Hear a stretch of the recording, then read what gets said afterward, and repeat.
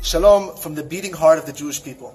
Every moment that we stand here, we have to remember what a nes that we're living in, what a miraculous time, what an amazing place to be, and to realize the dreams of 2,000 years of Jewish history and the words of the Nevi'im that penetrated our hearts for our entire history. This is the living Torah. And in this week's Parsha, there's an incredible statement by Moshe Rabbeinu. We have in front of us, before we receive the Torah for the second time, before the Torah mentions the 10 Commandments for the second time, Moshe gives a very, very long introduction.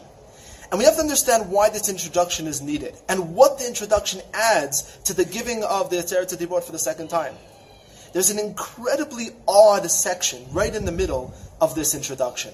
And from that odd section, we can come and give a much deeper understanding for the entire introduction, what the goal of giving us the Devarim, the 10 Commandments for the second time really is. Moshe Rabbeinu starts off with very inspirational words. He tells Bnei Israel that giving the Torah and receiving the Torah and following the Torah is going to make them into a nation that can represent God to the world. He tells them that if they follow the Torah, they'll be able to come to the land and create an amazing society, an incredible society. He tells them to be careful from the downfalls of Avodah Zarah, because if they fall for those and forget about the words of the Torah, they're going to totally miss the goal. He tells them that they have the power lidabek b'Hashem to really become close to God in a way where they become one. V'atem dvekim b'Hashem. These are the words that Moshe Rabbeinu comes to tell them. But what's odd is, right before he tells them of the Devarim, the 10 Commandments for the second time, he turns to them and says, "Oh, wait 1 second, hold on here. I have to go designate 3 cities for the Arei Miklat." The Arei Miklat are a very technical thing. They're cities of refuge that if someone kills by accident, they're able to run to until the courts have the ability to decide what's going on.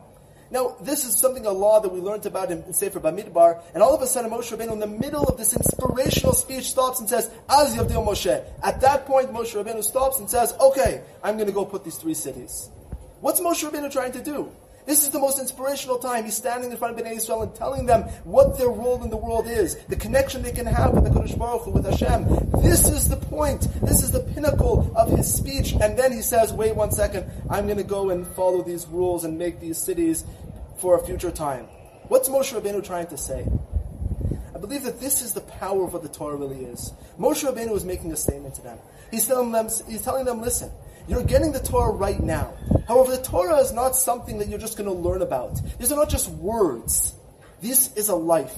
These are actions. If the emunat Israel, if the belief of Am Yisrael is just a belief, as many religions believe that religion is supposed to be a belief system, something you hold in your heart, ideas that you discuss, ideas that you believe in, that's not emunat Israel. Belief emunah comes from the word la'amen, or uman. An uman is a craftsman. A craftsman has the ability to take ideas and things in their heart and create something from it, to turn it into reality and to turn it into action.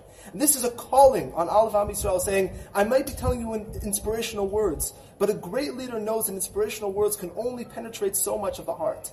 It's actions that speak louder than words. It's taking that inspirational words and turning them into something real. And that's why in the middle of this speech, Moshe Rabbeinu says, you know what? There's one mitzvah that I'm able to do. There's one mitzvah that I can accomplish. And that is the mitzvah of separating and designating the Arei Miklat, the cities of refuge. And that's why he stops his speech and does that.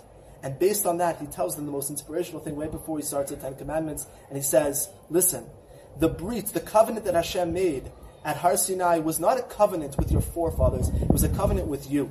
The Torah is something that we believe in. The Torah is something that we don't just believe in, but live by. It's our Torah that was given to us, and not just a Torah that was given to our forefathers. Shabbat Shalom.